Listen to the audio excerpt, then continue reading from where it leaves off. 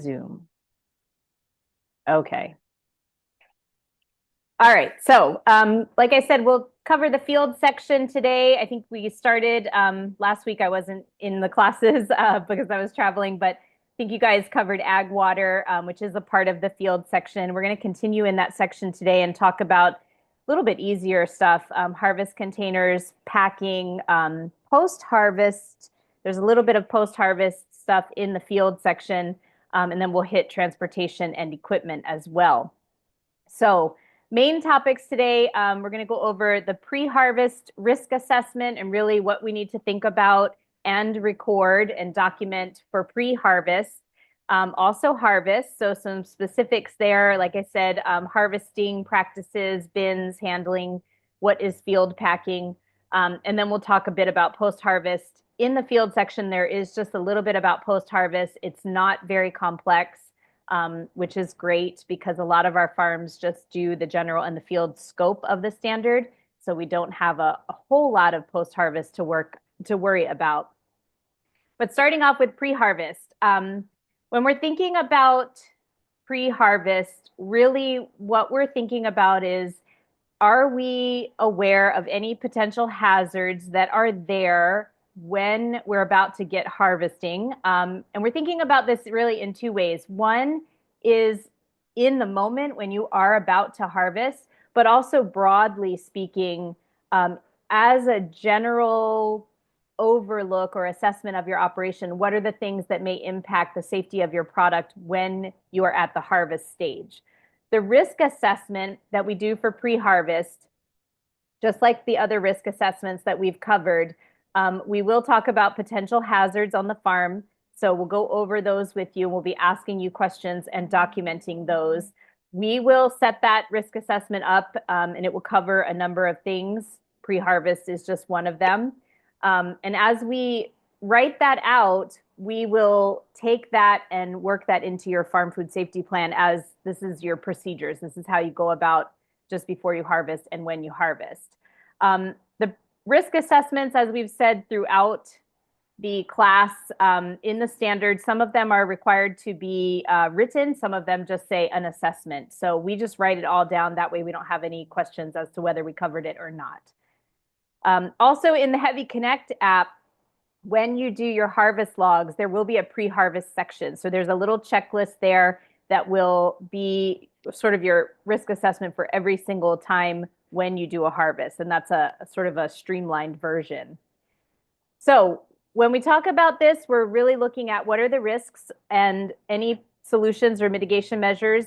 In most cases, you're already aware of the risks and you're already taking steps to mitigate or reduce them.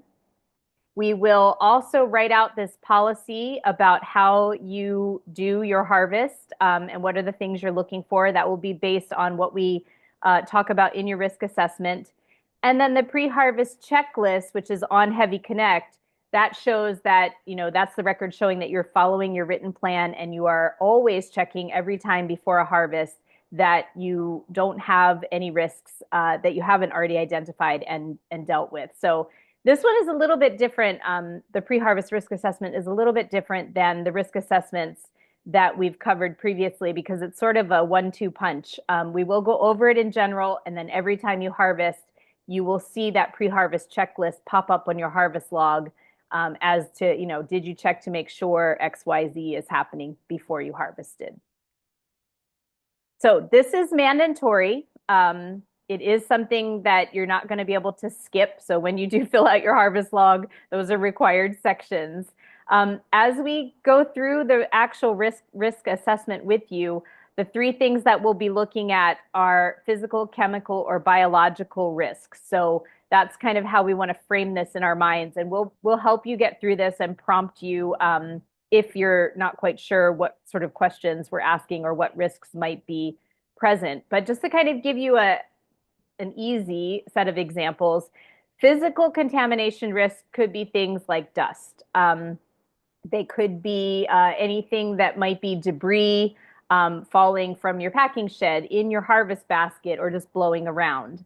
Chemical risks, an easy one is spray drift. So if you've got neighbors who spray, that's a possible risk that you might encounter when it comes to harvest time. Other chemical risks could be spillage. So, for example, let's say you've got your cleansers, sanitizers, located somewhere in your packing shed, and they're in a place where they could easily get knocked over. So that could be a risk. Biological risks, pretty self-explanatory. Animal feces in the field, animals in general. So things like lizards, geckos walking around, those could be biological risks. So the risk assessment, again, we just want to identify those and then think about, well, what are the things that we do to mitigate those risks? So it's really just thinking about checking for anything that might contaminate the product before you harvest, and in the broader sense, just identifying these larger issues that you're probably already aware of and already taking care of. One thing to note here in the field section is just kind of thinking about the organization at your operation and particularly what it looks like. When you have an auditor or any visitors really coming by, their first impression is going to be based on what they see before you even tell them anything about your operation.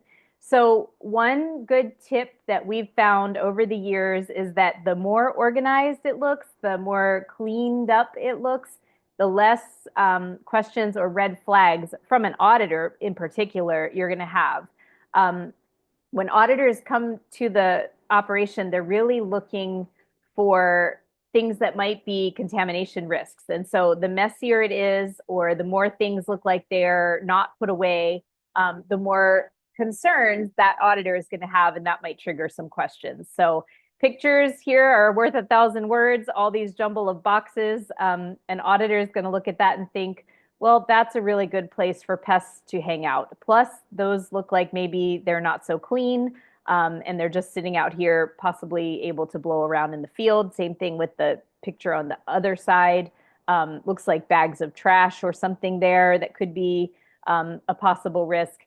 When you look at the middle one, this is just an example of hoses next to the irrigation lines, but you can see that they took the time to kind of clean that up and make it organized. So just an example of ways to really cut down on the auditor having a preconceived notion already about your operation. One other thing that we touch on quite a bit in the field section is keeping harvest bins off the ground. We've talked about this previously, and it's just good practice, whether you double bin or double basket your harvest containers, or you have some other method for keeping them off the ground. That's really something that we want to strive for because it does reduce the contamination potential. Another thing that we're going to cover in the field section of the standard is water and ice that you use in your harvest and post-harvest operations. A lot of this section, if you are doing any rinsing or using any ice once your product is harvested, is going to be mandatory. If you don't, let's say you just harvest and it goes out and you don't use any water, some of this may be not applicable. But basically what we're going to do is we're going to ask you about your harvest process, what happens once you bring your product back to your packing shed. And we want to look at a couple things. One, if you're using water, what is the water source that you're using? So is it microbe or is it municipal, and does it meet microbially clean standards? So any water that you're using in post-harvest needs to be absolutely clean. We can achieve that by either using municipal water or treating water to a clean standard. There will be also a question we're going to ask you about reusing water, or what they call recirculated water. And that means, are you dunking product into a sink, for example, and then not emptying it and dunking more water? Dunking more product. If you're doing that, that is an example of reusing water. So we would want to have an SOP around that. We want to reduce any cross-contamination potential, putting one batch in and then another batch in without cleaning that water out. We'll address wash water temperature if necessary. This is for certain commodities. A good example is tomatoes and melons. They tend to be very warm on the inside, and if you put them in cool water, if the temperature differential is too great, they will actually suck that cool water into the interior of the product. And that's what we want to avoid because that's a really great way to contaminate your product. So if the type of commodity that you're growing is something that we need to pay attention to that wash water temperature, we're going to address that with you. And then we'll also talk about water sanitizers. If you're using any in your post-harvest process, or if you need to use any. So if you are recirculating water, you will be needing to add a sanitizer to reduce that cross-contamination. So these are things that we'll go over with you individually because each operation is going to be a little bit different. But just know that there are things that this part of the standard does address. And then water delivery system. So we're going to look at the condition and maintenance of your system. So what does this mean exactly? Essentially, in a broad sense, it's really looking at everything that brings water to your farm that you're going to use. So it could be your irrigation piping. It could also be something like a container if you're bringing municipal water to the farm to use for hand washing or product washing. So your water delivery system is all of those things. And what we want to do is figure out how often do you need to check that and can we make a record of that? So if your system is relatively new, for example, maybe you just replaced all your piping, we might decide that your water delivery assessment doesn't need to happen more than once a year.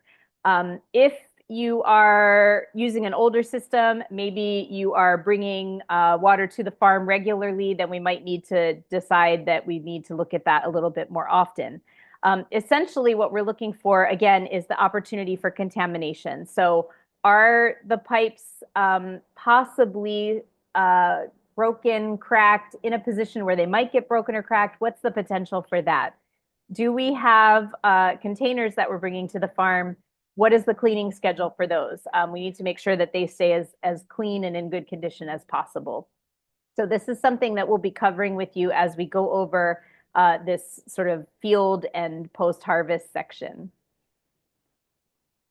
And we're also going to look at, in the details of your harvest operation, what sorts of containers, bins, packaging are you using? So a couple things that we're going to be teasing out of this conversation with you is what are the containers that you're using and where are you storing them? How do you protect them from contamination? A simple way to do this is really just keeping them up off the ground. You can cover them if that's something that you want to do and is appropriate. If you're not going to cover them, that's okay too. You do want to just make sure that you are inspecting them though. So again, this goes to possible contamination. If we have debris, lizard droppings, things like that on our containers, these are things that we want to inspect for before we put our product in them. Another one is looking at the condition of the harvest bin or container to make sure that there's no cracks in the plastic, make sure that there's no broken pieces, because these are places that we could have some level of contamination. You know, bacteria could build up in a crack. If it's broken, you could cut yourself, you could cut your product, things like that. So we just want to have a policy that when you're using them, when you're harvesting, you're checking them for any contamination before you place product into them. We'll also talk just a little bit about what are the acceptable product containers for your operation. Sometimes this is a really simple answer. It's just, you know, these are the baskets that I use to harvest in because they are big enough to hold my product. Sometimes it's an industry standard. So sometimes if you're growing a certain crop, this is the container that they are typically harvested into or the container that they are typically packaged into. That's an acceptable answer. So we just need to ask that question and we're going to have to work that into your farm food safety plan. You know, this is why you're using this type of container. We're also going to look at whether you have harvest containers that are just used for harvesting or are they used for anything else as well. Remember that we do want to have some harvest containers that are just for harvesting, and we want to have containers that are for culled produce or trash or something like that be separate and identifiable so that we're not mixing those up. And these are things that, you know, we want to just outline in the farm food safety plan pretty simply because the auditor is going to be watching when they come to your farm to do your audit, just to see, does this match up? Is the practice that they're seeing in place match up with what's in the farm food safety plan? So harvest bins, lots and lots of different things in use out there. These are just a couple examples. I was recently at an operation doing an audit where they were just using big white like Tupperware bins, the clear type. So anything really is potentially able to be used. It really just depends on how does it fit into your operation. Does it make sense? What are you harvesting? So whatever you guys are using, we'll be asking you to kind of give us some information on that so that we can outline that in the farm plan. A couple other things that we will note in the plan that are mandatory policies and kind of just, good practice overall. If the product is visibly damaged, it's contaminated, it's not in good shape, then we're not going to harvest it. If it falls on the ground as you're harvesting, that is to be left on the ground or put in a separate bin. You can keep it for personal use. You can route it into a value added stream where it's going to be cooked, but it should not be going into your regular market product. Once it hits the ground, there's potential for contamination just through dirt as well as bruising on the inside, bruising of the fruit, maybe breaking the skin, getting contamination in there. So these are just things that you want to keep in mind, and they're kind of practices that I think everybody pretty much follows anyway, but they are mandatory. So we do have to include them in the farm plan. And it's just a good reminder when you do have an audit, if you are harvesting and the auditor's watching your harvest, if something falls to the ground, just let it go, or whatever is stated in your plan. Maybe you have a separate harvest bin to put it in, but regardless, it's not going to go into your regular stream. I see there's hands, so let me stop sharing a sec. Okay. Questions? Hi, this is Stephanie. Right now we're changing our setup, but right now the way we harvest is we have a wheelbarrow and we have our farm crates in the wheelbarrow and like a bucket of water so we can do real like rinsing once we pick each mango. Mm-hmm. We try to pull down the ones that are damaged or the ones that have and the ones that have dropped, but we'll just put them in the bottom of the wheelbarrow. And then we'll put our A's and our B's in the crates that are also stacked on top of the wheelbarrow. So is that too close, or is it okay because they're separated by the crates? Mm-hmm. But we like to pull down the damaged ones while we're out there, so it's keeping our overall pest population down. Yeah, no, that makes sense. I think to be on the safe side, the as safe as possible side, you might want to just have a tarp that you can put over the damaged ones and then put your crate on top, just so there's there's a barrier between any potential touching. Okay. I think that's what I would suggest. Okay. And then I also what I'll do sometimes is if there's a mango on the tree it might have like an oriental beetle in it or bees on it, I'll drop it in that rinse bucket. Mm-hmm. And then I'll put it in the bottom of the wheelbarrow just to try to get rid of some of the bugs. But then I also use that same rinse bucket to rinse all the fruit that we harvest, to do the initial rinse, and then they get rinsed again before we sell them. Mm. That's just like the initial get the sap spray off rinse. Is it just water, or do you have anything else in there? Right now it's just water, but we're looking into buying Sanidate so we can do our second rinse with Sanidate. I think that would be the best practice because essentially setting it up the way that you're explaining is a reuse, and you would want to have a sanitizer in there even on that first rinse, just to prevent any cross-contamination from fruit to fruit. Okay, got it. Okay. Ryan, did you have your hand up? Well, just out of curiosity, what are we gonna do about root vegetables? Colo, carrots, onions. I mean, we don't really grow onions, but still, the sweet potato, the colo.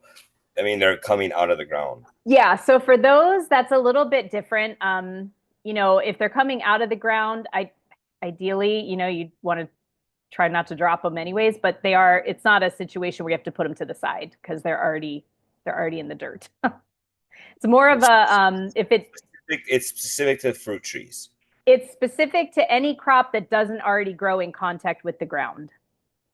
So like Okay. tomatoes, generally speaking, unless they're super crazy bushy, they're not growing in contact with the ground, or you don't want to harvest those ones. I get this question a lot because especially here in Hawaii, we just have such vigorous growth of things like eggplant and tomatoes. You almost always have some on the ground. My typical response is in an audit, don't harvest those that are touching the ground. It's just best practice. You're welcome to harvest them and keep them for your own personal use or whatever you want to do. Especially in an audit, don't harvest the ones that are on the ground.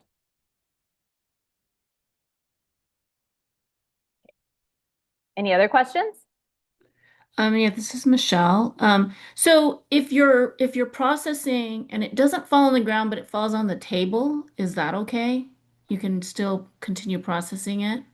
Yeah, if it's on the table, it's okay. I would just kind of keep in mind that there could be bruising on the inside that you can't see. But it's not on the ground. So if the table is clean, I think that that's acceptable. It's just once it falls off the table, then that's a no-no. Thank you. Mhm.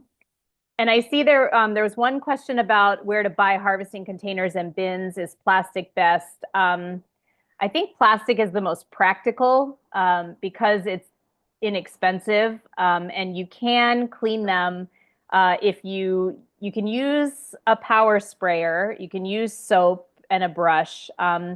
Depending on the size of the bins, a frequently seen practice is getting like a 30-gallon trash can, filling it up with soap and water, soaking and scrubbing them that way.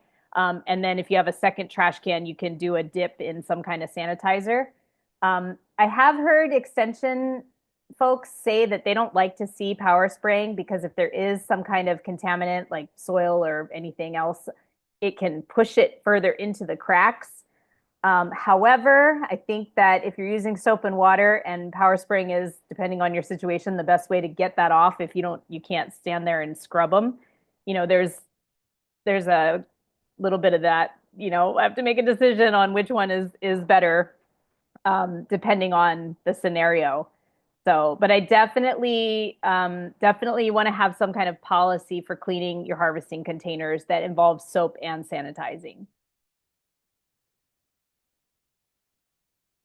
All right. I'm gonna go back to, here we go. And I think we do have some resources. I'll have to find the list of folks or of operations that we kind of cultivated this list from. But I know that there were, I think Nutrien was bringing some harvest containers in every so often. I'll find that and see if I can get it out to you guys. So one thing else that you want to think about as far as if you are packing and you have kind of a little space where you're doing that, one, you want to be able to keep your harvested product up off the ground. So if you've got tables, if you've got, you're stacking a couple bins so that you get a little bit of that protection and lift, whatever works. Sometimes I've seen people create PVC shelves. I've seen people do other types of shelving. The other thing that is helpful to have is a discard policy, hanging out where it's visible. This is really, I think, most important if you have employees. If you're a one woman or one man operation, maybe it's not as important because you know what your discard policy is. But to have employees, you want to make sure that that policy is really obvious. And if you need help creating some kind of template for signage, let me know because we can definitely help you guys with that. But sort of having a reminder that anything that falls to the ground should be discarded is really important. So kind of a recap of containers, bins, and packaging. Make sure that you're inspecting, cleaning them out before you use them. If you're using cloths or towels to wipe your product, this is common in with certain commodities like papayas, for example. You have to have an SOP to prevent cross-contamination. What we typically advise there is that the cloth or towel is dipped in a sanitizing solution because we want to make sure, again, that we're not contaminating from fruit to fruit. If you don't need to use cloths or towels to wipe your product, I say don't recommend it. If you do need to use it or it's a regular practice for your commodity, then we want to develop something that explains how you're preventing cross-contamination there. Again, we'll look at your packaging, explain how you chose this particular one, and we will have a written policy that includes whether your packaging touches the ground. This is typically just a really simple statement. And I think it was designed really for bigger operations where, they're literally packing tomatoes into boxes in the field that are going, straight to the distributor. That's not always the case for us. We typically have smaller operations and there's a little bit more flexibility, but we will note that in there in your farm plan if a physical buffer is needed. Harvest bins, here's just an example. This is from a farm on Oahu. So to sort of cover their not having them on the ground, they just stack them on pallets and they wheel them in and out of their shed. Obviously, this is a really big operation, but you can create something smaller scale for yourself if you need to. Just some tips. Don't stack harvested produce on top of each other unless the containers are made for that. The reason for this is, again, we don't want to damage any product or create any kind of contamination from the bottom of one to the product on the top of another. Depending on what you have, sometimes they are specifically designed for stacking. They have a little indentation on the side that supports the box or the bin that would go above it. If you do have to stack, another example of a great tip is using something mobile to move your stacks of bins around. That way you're not having to carry them. So we like to see that just as an efficiency practice. And Question, then, yeah, go Lisa. ahead. So that wagon or whatever that you were pulling, how do you wash that? Because it's wood. Yeah, so that one you could use a scrub brush and soap. It doesn't have to be, super fancy or anything. You just want to spray it down. Those types of things kind of fall in line like your vehicles, which we'll touch on next. You're going to do some cleaning. Doesn't necessarily have to be getting the whole thing like super wet and soapy. You do want to just kind of give it a good scrub though, or a broom where possible. The point is to try to minimize the contamination potential, recognizing that not everything is going to be an appropriate situation to use soap and water on. Heavy equipment, another example where you're not really going to be able to do that. You can't. So be you don't have applying. to sanitize it. I think you could sanitize it with a spray bottle if you felt like you wanted to add that in. I think depending on the auditor, you could also make the case that, my items are in packaging already. They're touching this. I'm cleaning this as best I can, but it doesn't make sense necessarily to obviously you're not going to dip it in a sanitizer. Yeah, these are ones where we kind of have to go, piece by piece and really look at what is the equipment that you're using, what are the tools that you're using, and how can we adapt a cleaning and sanitizing policy to them. This is another example. One of the things that we like to suggest is using a tarp because a tarp is easier to clean maybe than certain other types of equipment maybe. So if you need to protect your bins using a tarp, that's simple to hose that off and even just throw some soapy water on it, a little scrub and a little spray of sanitizer would work. If you're stacking your bins to protect that one that you're harvesting into, extra bins, PVC structures, if you have something to prop it up on, doesn't even have to be PVC, just some way to keep them off the ground. And to make them easily identifiable, right? So that everyone knows this is the harvest bin, this one is not the harvest bin. And this is a really hard one. Quick question. Yeah. Back to the harvesting in the field. Like I usually use a basket with me while I'm walking through the field, and then I unload into the bin. But sometimes I put the basket down. And so what's up with that then? Well, to be honest, the not touching the ground, it's not actually a mandatory criteria. It's a best practice. So I would say, minimize it as best you can. If you are going to put it down, obviously, is there pig poop down here before I put it down? No, I'm good to go. certainly you can carry, something with you if you want to put it down on something. That would be an option. We just want to minimize touching the ground. Yeah. Yeah. I mean, there's like balancing what the audit requires and then what are we actually really doing and how practical is this? So it's a tough one. All right. So this example, this is kind of maybe like what Umi was just talking about. This guy, this is one of the farmers that we first started working with, Eric, and this is actually during an audit he was harvesting. And so he's got the basket. It's really hard to see, but he's kind of propping the basket up on his knee. You can kind of see the blue of his gloved hand there. So that's an option. It depends on your commodity though. If your stuff is really heavy, it's not going to be that easy to do that and harvest a whole lot. So adapt as best you can, figure out what works for you with as much minimization or minimizing that touching the ground as possible. One thing I have noticed over the last maybe 2 or 3 years is a lot of folks are buying those harvest bags that they can either put kind of crossbody or somebody I just went to see had one that was almost like a backpack, but the backpack, instead of it being on your back, the bag was actually in the front so they could harvest that way. And it was supported across both their shoulders. So there are a number of options. If you choose to use those bags, we've had success with folks developing a simple washing and sanitizing strategy with them. Some folks just actually throw them in the machine and wash them. Some folks just turn them inside out, do a scrub, hang them up to dry in the sun, spray a little sanitizer on them. What it requires is buying maybe a few extras so that you can switch out. Again, depends on your commodity though. So when you are harvesting and you get done, you're gonna have to fill out a log. So hopefully as soon as you can after the actual event has happened. In Heavy Connect, your harvest log is going to have a couple specific questions that you need to fill in. The date of harvest, the location, what was harvested, how much. This is all required information, and that's what, if you needed to do a trace back, trace forward exercise or a recall, that's what you're capturing for those exercises as well.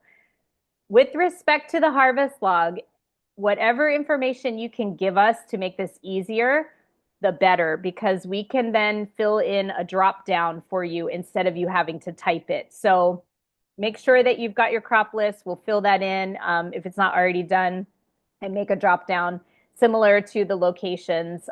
Quantity, you're going to have to actually fill that in. Lot and tracking code, again, if you're using this or start to use this, you're going to fill that in depending on what style of lot code you're going to use. Okay, we're going to talk just a little bit about the post-harvest section that's in the field section. It's pretty minimal. And when we're talking about this, it's really looking at from harvest to either storage or your pack house, wherever it stops prior to going out to your customer. So the first thing to note is that there's 3 mandatory criteria. These, again, very similar to what we talked about before that are just best practices. I'm sure everyone already is doing these things. We will work this language into your farm plan, and basically we're doing that just so that it's covered and those criteria are reflected, but you're not going to handle your product in such a way that it's going to likely to become contaminated. You're going to make sure that your materials that you're using in your harvest and post-harvest process are clean and in good repair, and chemicals are stored separately. This is one that I tend to spend a little bit more time on, just reminding folks, you want to have your chemicals away from your product area. I have seen situations, for example, where a big, huge container or a big, huge, like a Matson container is being used as storage, which is fine. But I've seen where farmers are also going into that container and using that to sort their product. And meanwhile, their chemicals are in there too. That's not the type of thing that's a best practice. So we just want to make sure that chemicals are stored away from, you don't want any potential spillage that would impact your product. Would you include storage bins, like storing a bin in the same container as your chemicals? If you have secondary containment, storage bins like harvest bins. Yeah, like storing your harvest bins in the same container as your chemicals. I think you could get away with that as long as your chemicals are in secondary containment, so that if they spill, Mm. they're contained. Mm. That's what I would recommend. The other option would be making sure that your harvest containers are up off the ground, so that if anything spills, it's going to run underneath and not touch them. Um, Post-harvest cleaning and sanitizing, this is just repetition.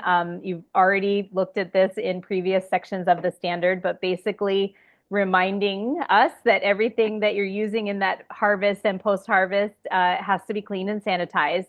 So again, when you're looking at your records, you do a harvest record. There's also going to be an associated cleaning and sanitizing record that, again, should be pretty simple. If it's a drop-down situation, you're just going to pick the items that you used and then what did you clean them with and sanitize them. Stephanie?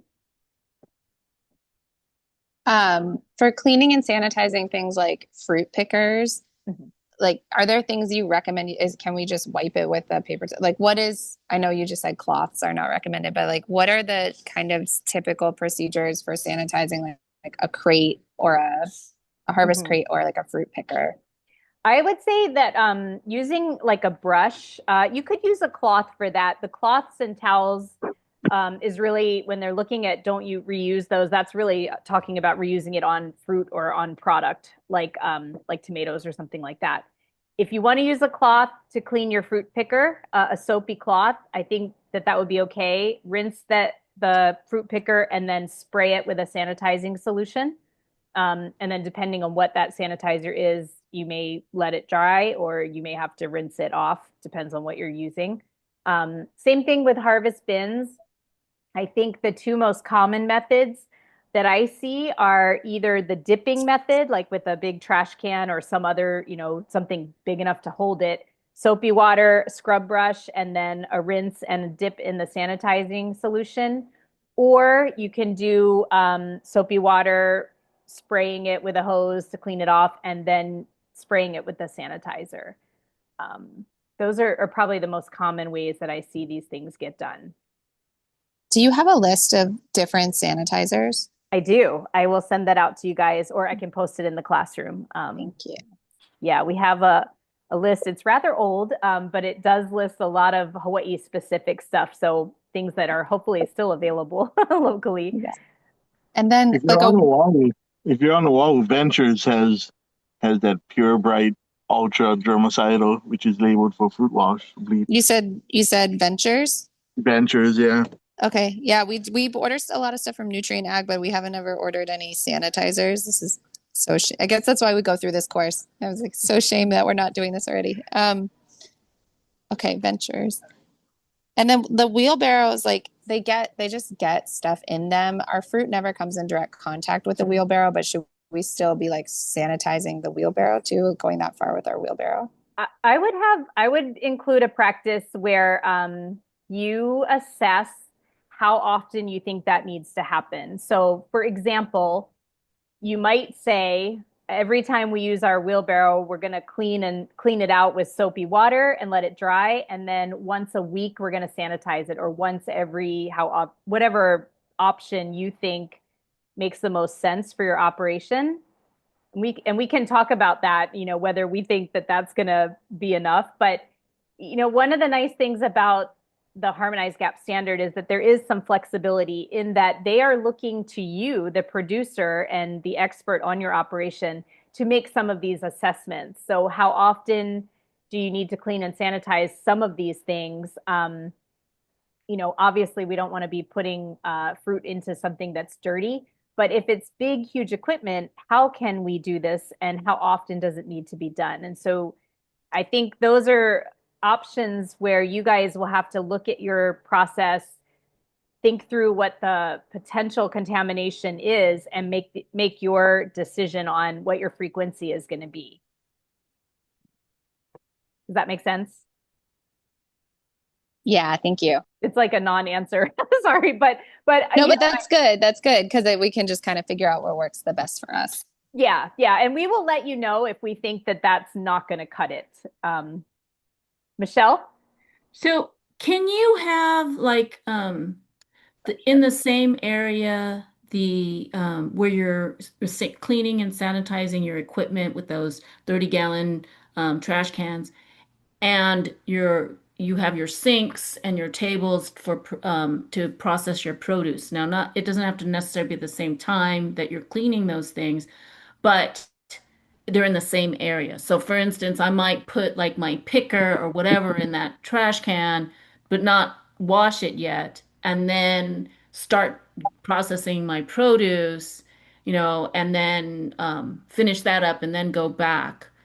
Just because the water is all in the sort of the same place, it Yeah. makes sense to have them together. Is that Yeah, okay? yeah, I think that's totally fine. And that's one of those things where, if you did get pushback from your auditor, I would make that statement that this is where the water is. I have to do it all here. I am minimizing contamination potential by doing my produce first and then doing my cleaning and sanitizing. Yeah. Thank you. Yeah, absolutely. Let me just check real quick. Any other questions in the chat? Okay, this is all good notes. This is one of the things that I love about the network is that, you start to be able to share information. So thank you guys for putting those in there. Okay, so as we start to work with you all a little bit more individually in the coming weeks, this is something we'll touch on again with you based on what you explain are your operational practices. We'll kind of look at, okay, well, what should your master cleaning really look like? And again, you're the expert on your operation. So if you feel like, well, I don't think I need to sanitize my wheelbarrow every single day, then say that and explain why, and then we'll work that in. And again, like I said, we'll let you know if we think that that's going to be something where there's pushback. Couple notes on sanitizers. Most importantly, whatever sanitizer you're using, check the label, see what it says. You want to see a sentence that talks about it being able to be used on food contact surfaces. And so here's a good example on this. I think this is Clorox, and it mentions to sanitize food contact surfaces specifically. When it says food contact surfaces, it means food contact surfaces. It doesn't necessarily mean food. For things that you're going to use in your wash water and you're putting product in, like Umi mentioned, you're going to look for something that mentions wash water, fruit wash, something like that, that's going to indicate you can use it in the water that your product is going into. A couple notes on the label, follow it. That's the most important note. Whatever the dilution rate is, application method, if it tells you to let it dry on the product versus rinse it off, just that's your SOP. So when we come out and start working with you and we're developing the SOPs that are going to go into your farm plan, we're just going to say, well, what does the container say? Or we'll take a picture of the label, or we'll ask you to send us a picture of the label, and we'll develop the SOPs referencing the label. One quick note to vinegar. We prefer not to see vinegar used as a sanitizer. There are some instances where I think folks in organic production do use it. It does require a specific concentration. So we prefer to see something else. If you are an organic operation and you want to use vinegar, we can talk about that offline and individually. And if you do have questions about sanitizers, please ask. This is one of the most common topics where people have questions or are unsure. And we just have a ton of resources and contacts we can work through this with you.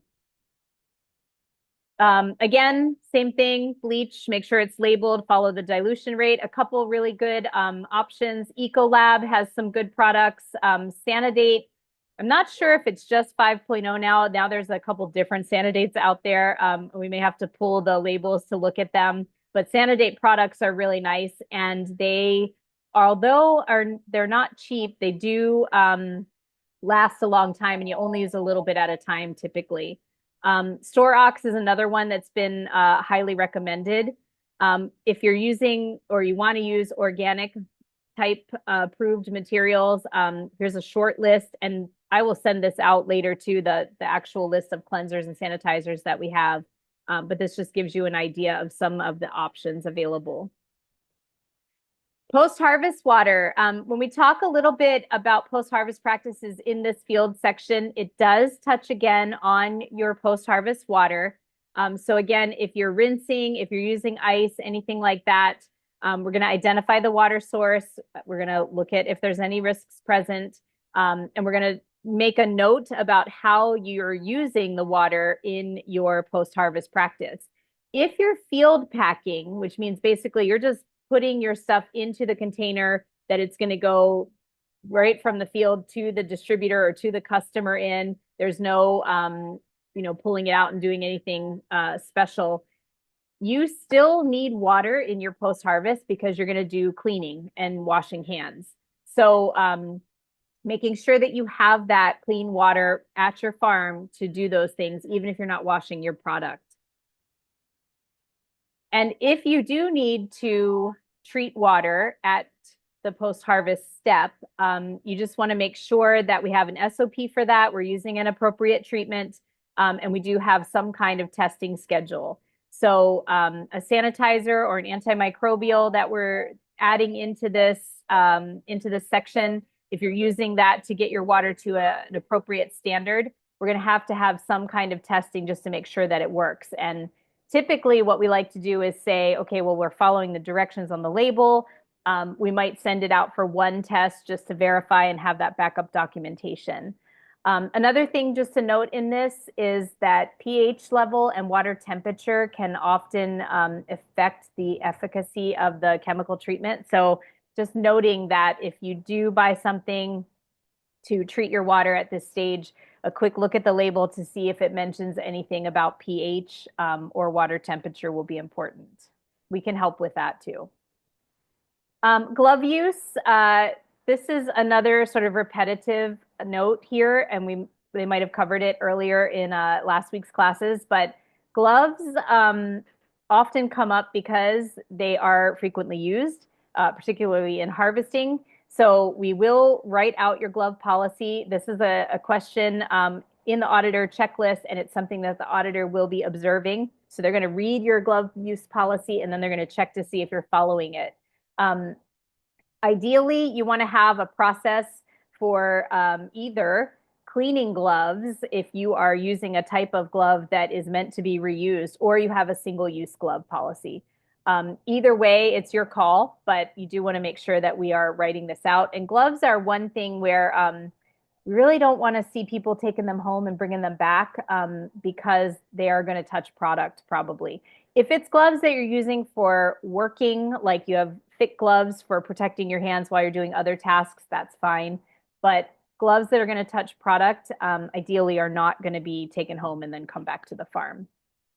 If gloves are a part of your operation and you're using them at any point in your operation, we do want to also make sure that employees, if you have any, are properly trained. So that just means a quick rundown with the employee of how do we use gloves, what do we do when we're done with them. Either they're going to be washed and cleaned, or they're sanitized, and they're going to be thrown away if they're single use. And then we want to record that training. So just making sure that if there is a glove policy, everyone's aware of what it is. Transportation. This is the last couple of questions in the post-harvest section of the field scope. And we sometimes, I think, don't think about this as much as we should. In the years that I've been doing this work, this section has gotten a little bit more detailed and robust. Because I think people were sort of just skipping over it, thinking that, well, if I don't have a distributor coming and I don't have a big refrigerated van, I don't really have transportation. But no matter what you use to move your product, it's transportation. So just making sure that you have a very simple policy to ensure that your vehicle is clean. Depending on what it is, it might be, just the back of your truck. It also could be a gator or a mule, or it could be something a little bit fancier. No matter what, we just want a simple little checklist that we can develop with you of like, I checked the truck for debris. There's no dog hair. There's no dirt. Maybe you even have a policy of, cleaning your vehicle once a month, once a week, something like that. Again, depends on your operation. We can work out the frequency and what that actually is with you. The other thing to note is that when you are moving product, ideally it is covered to protect cross-contamination. This is very important if you are transporting it in something open, like the back of a pickup truck. So just because your boxes maybe have a lid that you can close, that doesn't really mean that they're covered. What USDA wants to see is some other kind of covering over top. So if you can strap a tarp to your pickup truck, if it's enclosed in the vehicle, so either in the back seat or in a delivery vehicle, in the back part of it is fine. But if you're using any type of vehicle where it is kind of open, you want to make sure that you have some kind of covering over your product.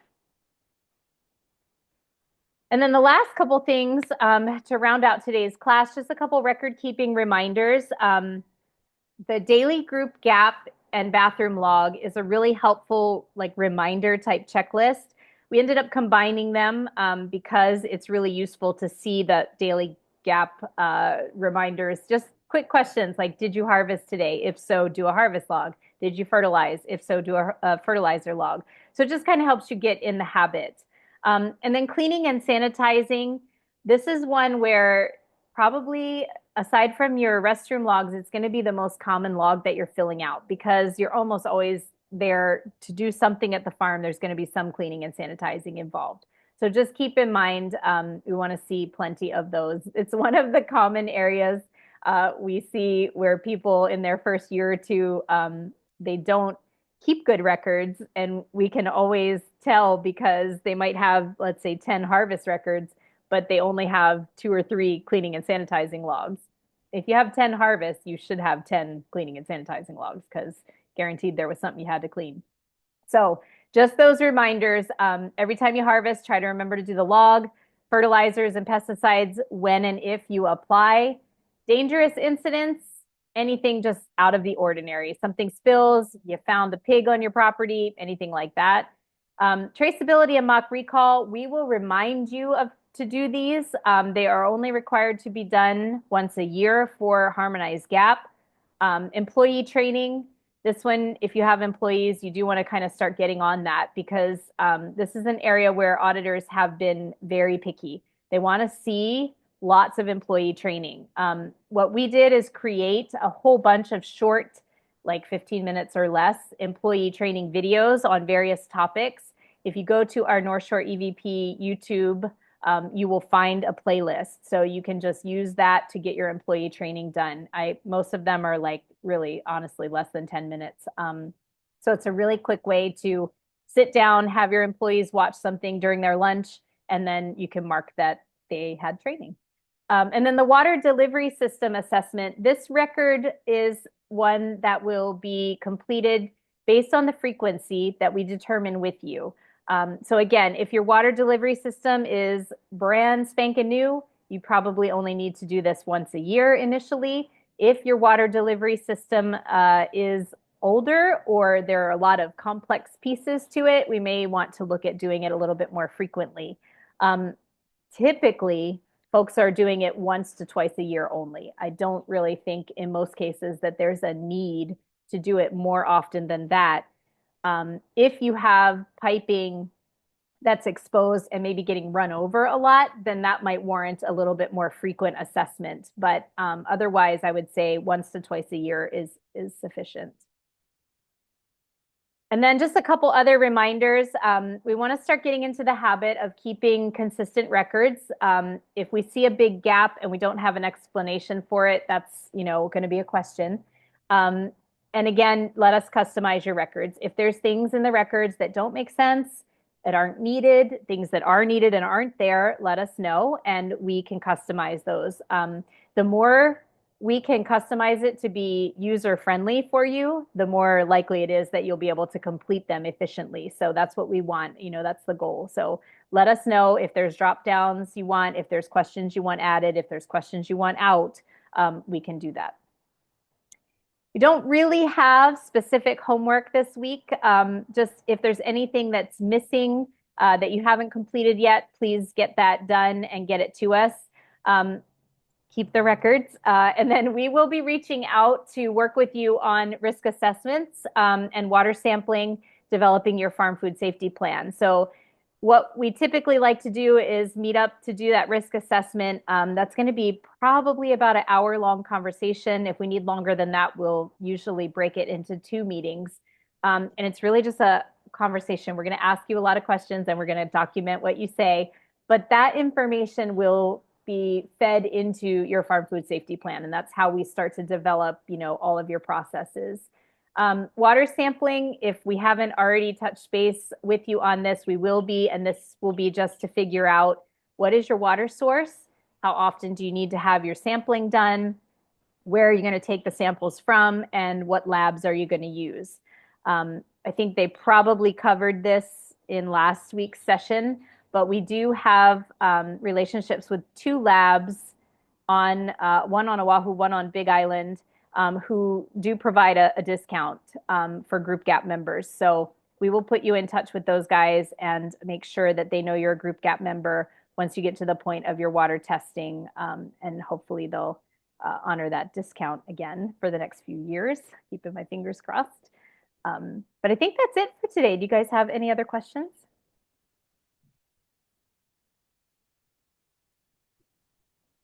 I have some questions, but they're more specific to me. So, okay. Yeah. I feel like that was a lot of info. I was trying to make sure that we didn't go too far over the hour. But again, anything that maybe feels like it's a little bit much or is still confusing, it's going to pan out as we work with you guys individually. So just kind of given the broader overview for now. Next class is Thursday. And then we will be heading into our last couple classes. Next week when we meet, we will do one class that's just kind of an overview, like what is the audit going to be like, and preparing for that. And then we'll have one where there's just questions. I think maybe just a discussion if needed. So anything that's starting to feel like it doesn't make sense, let us know. We can address it. Otherwise, I will see you guys on Thursday, and we'll keep going. All right. Thank you, guys. I'm going to stop recording. See you later.